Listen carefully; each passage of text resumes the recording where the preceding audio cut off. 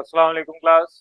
बेटा आ जाएं अब अपने इसके बाद वाले दूसरे टॉपिक पे। इसके बाद आपकी किताब ने तो नेक्स्ट टॉपिक ही कह दिया है, लेकिन इसके साथ ही ये मैं आपको पढ़ाऊंगा।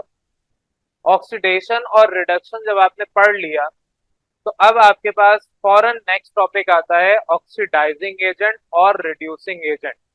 अब ऑक्सीडाइजिंग एजेंट और रिड्यूसिंग एजेंट का मतलब क्या है तो बाद में हम सीखेंगे इनका मतलब क्या है। पहले ये जो साथ में नाम जोड़ दिया एजेंट, वो हम सबको पता है क्या होता है।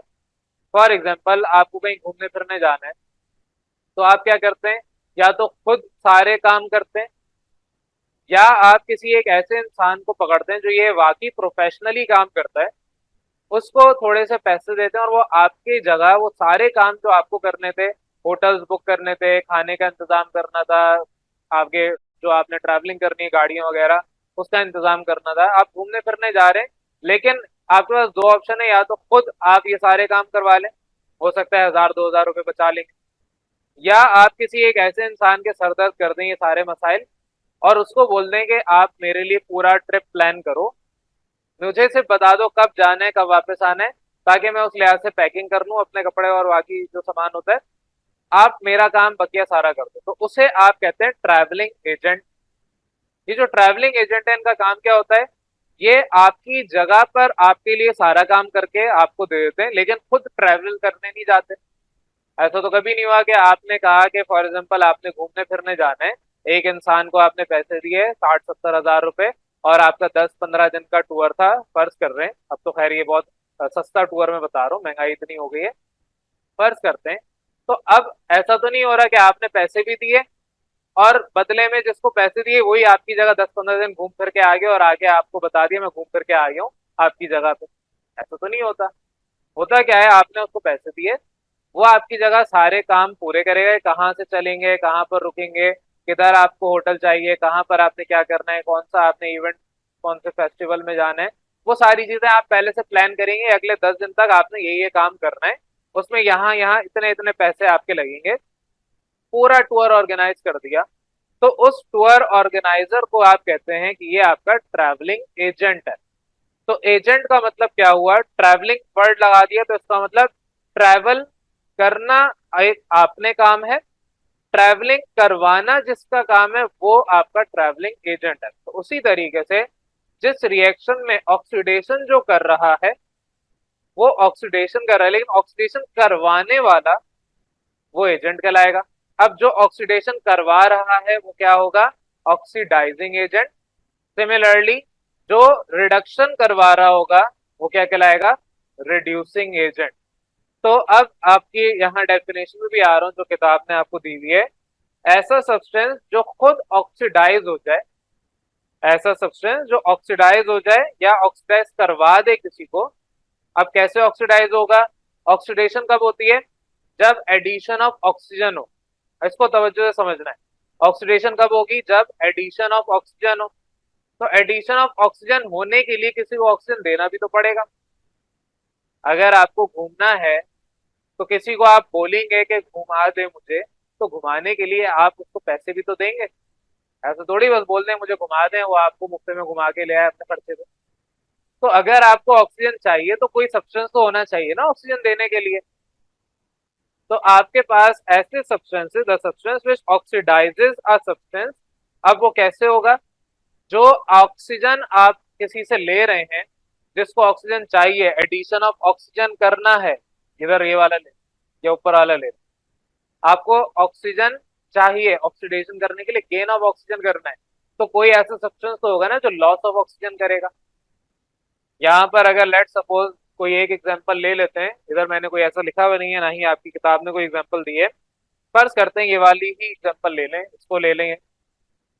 तो इधर आपके ऑक्टेन को ऑक्सीजन चाहिए था, तो ऑक्सीजन खुद इटसेल्फ आया ना कि ऑक्सीजन चाहिए, मैं हाजिर हूं, ले लो। तो आपके पास यहाँ पर इसको अगर ऑक्सीजन चाहिए तो ऑक्सीजन इटसेल्फ अपने आप को प्रोवाइड कर रहा है। तो ऑक्सीजन अगर यहाँ पर आपको 25 फॉर एग्जांपल नजर आ रहे हैं मोल्स, और यहाँ पर आपको 16 मोल्स चाहिए, तो 25 में से 16 मोल इस ऑक्सीजन ने अपने दिए उसको। सिमिलरली यहाँ पर एक ऑक्सीजन इसको मोल चाहिए था, तो यहाँ पर ऑक्सीजन खुद आया कि अगर चाहिए तो मैं मौजूद हूँ, कंज्यूम कर लो। तो आपके पास जिसको कार्बन को यहाँ पर या इधर ऑक्टेन को ऑक्सीजन चाहिए, तो यहाँ पर दूसरा सब्सटेंस आके ऑक्सीजन अगर देगा, इसकी मैं एग्जांपल किताब ने नहीं दी हुई, मैं खुद अपनी तरफ से बना के देता हूँ। लेट सपोज यहाँ पर आपके पास इधर KMnO4 लेट सपोज है।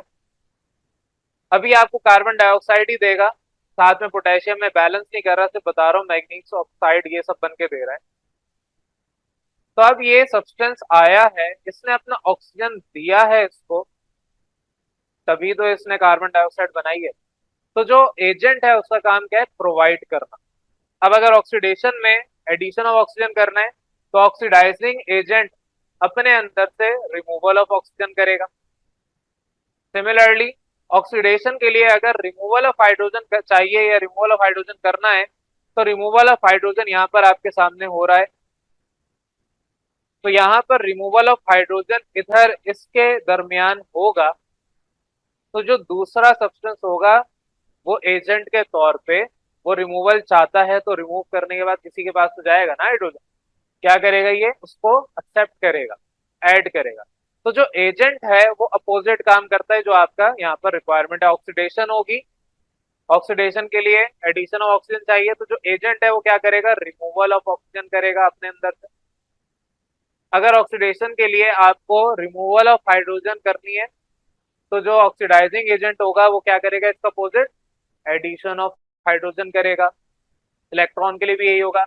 अगर किसी को रिमूवल या लॉस ऑफ इलेक्ट्रॉन करना है, तो लॉस करने के बाद वो इलेक्ट्रॉन हवा में थोड़ी फिरता रहेगा, जाहिर कोई और आएगा, कोई एजेंट होगा जो उसको लेकर अपने पास रखेगा। तो रिमूव अगर करवाने हैं तो दूसरा जो एजेंट है वो उसको गेन करेगा।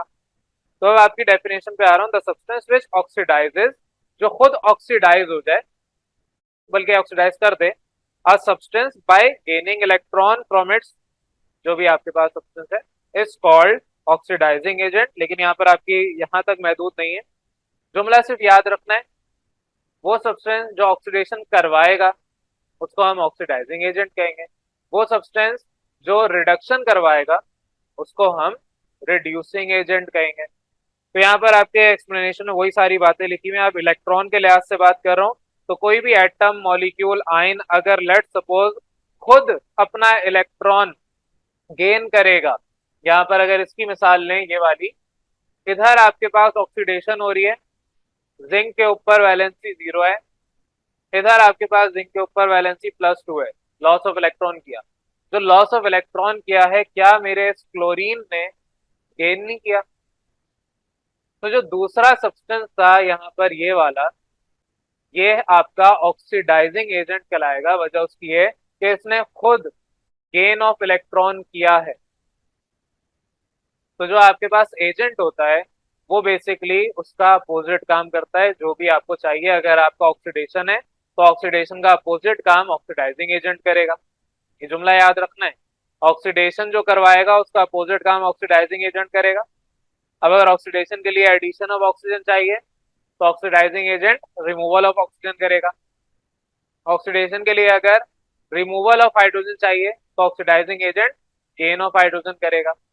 ऑक्सीडेशन के लिए अगर लॉस ऑफ इलेक्ट्रॉन चाहिए, तो oxidizing agent gain of electron करेगा। जो यहाँ पर आपकी रिक्वायरमेंट है उसका अपोजिट वो एजेंट काम कर रहा होगा। सिमिलरली रिडक्शन के लिए क्या होगा, अगर रिडक्शन के लिए ऑक्सीजन रिमूव करवाना है, तो जो ऑक्सीडाइजिंग एजेंट है वो उस ऑक्सीजन को गेन करेगा। फॉर एग्जाम्पल यहाँ पर आपके पास ये ऑक्सीजन रिमूव हो रहा था, कॉपर ऑक्साइड था, उसमें से ऑक्सीजन रिमूव करवाना है, तो जो रिड्यूसिंग एजेंट है वो क्या करेगा, उस ऑक्सीजन को ऐड करेगा। तो यहाँ पर रिमूवल ऑफ ऑक्सीजन रिडक्शन में होता है, लेकिन दूसरा जो एजेंट है वो उसको गेन करेगा, ऐड करेगा। तो जो रिड्यूसिंग एजेंट है हम ये कह सकते हैं कि उसका अपोजिट काम कर रहा है। तो रिडक्शन हो रही है लॉस ऑफ ऑक्सीजन या रिमूवल ऑफ ऑक्सीजन में, लेकिन जो रिड्यूसिंग एजेंट है वो क्या कर रहा है, आपके ऑक्सीजन को ऐड कर रहा है अपने पास। तो एजेंट का काम घूमना नहीं है, एजेंट का काम ट्रैवलिंग नहीं है, लेकिन एजेंट आपका ट्रैवल का पूरा इंतजाम करके दे रहा है।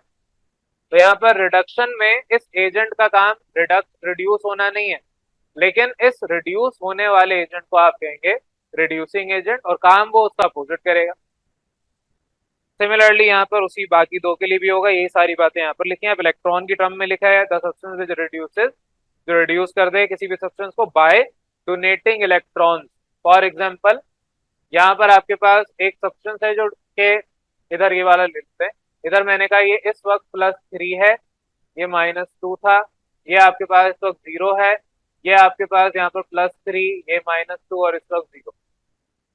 इलेक्ट्रॉन के लिहाज से बात कर रहा हूं, अगर मेरे पास यहाँ पर आयरन +3 था और इधर न्यूट्रल हो गया, तो ये आपके पास क्योंकि रिडक्शन हुआ है पीछे सिखा चुका हूं, आपके पास +3 है इधर और 0, वैल्यू डिक्रीज हुई है। आपके पास 3 से 0 पे आए हैं, वैल्यू डिक्रीज हुई है। आपके पास यहाँ पर +3 था, यानी कम इलेक्ट्रॉन है, इसने 3 इलेक्ट्रॉन गेन किए, तो गेन ऑफ इलेक्ट्रॉन होता है रिडक्शन। लेकिन बाद में जब ये 0 स्टेट पे आया, इसका मतलब इसने गेन किए। गेन कैसे किए, किसने दिया? इसने जो इलेक्ट्रॉन हासिल किए वो इस एल्युमिनियम से हासिल किए।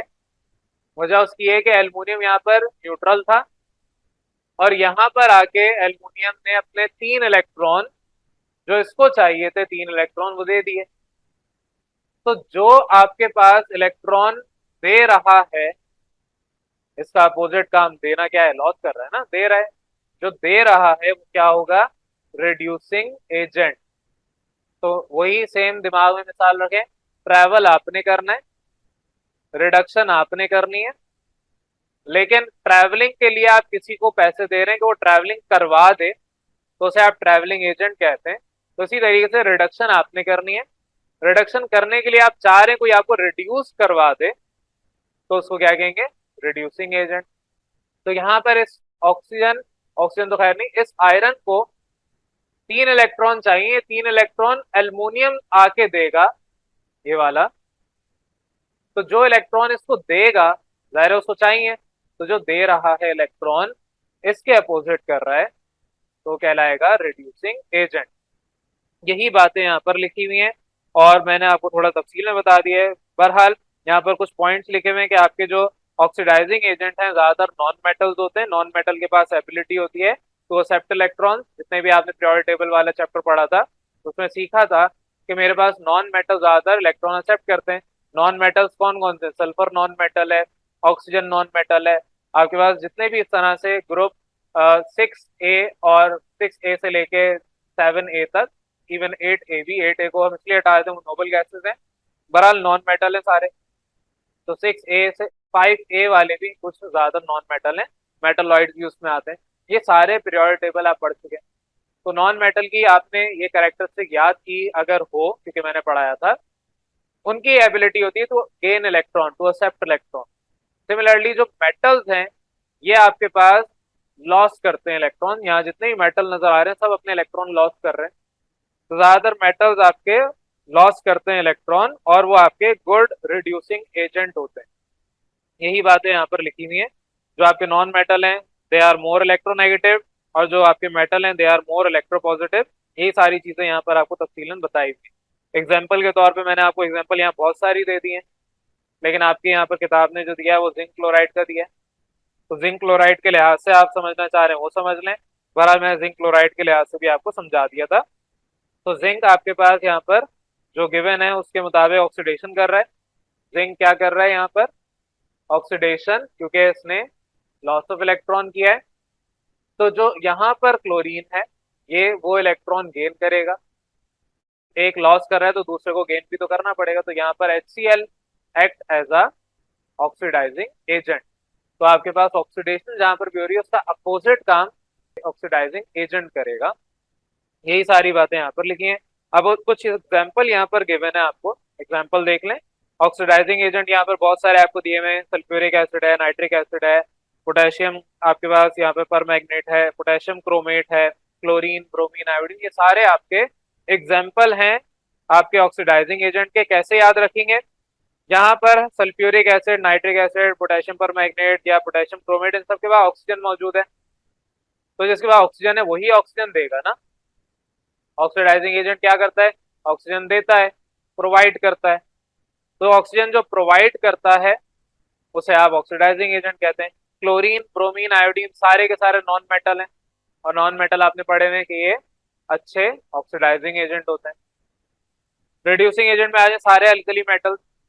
मैंने आपसे कहा मेटल जितने भी हैं वो सारे के सारे रिड्यूसिंग एजेंट है। तो सारे अल्कली मेटल्स, इसके अलावा एल्युमिनियम है, H2S। H2S हो गया ये आपके पास। H2S बेसिकली सल्फर यहाँ पर नॉन मेटल, लेकिन H2S जब लग जाता है तो यहाँ पर इसकी प्रॉपर्टी चेंज हो जाती है। ये आपका अच्छा रिड्यूसिंग एजेंट है। वजह उसकी क्या है? इसके साथ हाइड्रोजन रिडक्शन क्या करता है? हाइड्रोजन गेन करता है। रिड्यूसिंग एजेंट क्या करेगा? हाइड्रोजन देगा, प्रोवाइड करेगा। तो क्या H2S हाइड्रोजन प्रोवाइड नहीं कर सकता? कर सकता है। हाइड्रोजन है तभी प्रोवाइड कर सकता है ना। आपके पास 10 रुपए हैं तो आप किसी गरीब को दे सकते हैं 10 रुपए, होंगे ही नहीं तो कहां से देंगे? तो आपके पास यहाँ पर हाइड्रोजन है इसलिए दे सकता है। सिमिलरली जिंक मेटल है, सोडियम मेटल है, बेशक इसका हाइड्रोजन लगा हुआ है, सोडियम हाइड्राइड। दो चीजें, एक तो मेटल सोडियम है, दूसरा हाइड्रोजन है, तो हाइड्रोजन दे सकता है। और लास्ट पोटेशियम हाइड्राइड, तो पोटेशियम भी मेटल है अल्कली, और साथ में हाइड्रोजन वो दे सकता है। आपको किस तरह से समझ आएगा? जो बातें अभी मैंने बताई उसको सामने रखते हुए कि आपने देखना है ऑक्सीजन प्रोवाइड कर सकता है, ऑक्सीडाइजिंग एजेंट है, या नॉन मेटल है, ऑक्सीडाइजिंग एजेंट है। रिड्यूसिंग एजेंट हाइड्रोजन प्रोवाइड कर सकता है, रिड्यूसिंग एजेंट है, या मेटल है तो भी रिड्यूसिंग एजेंट है।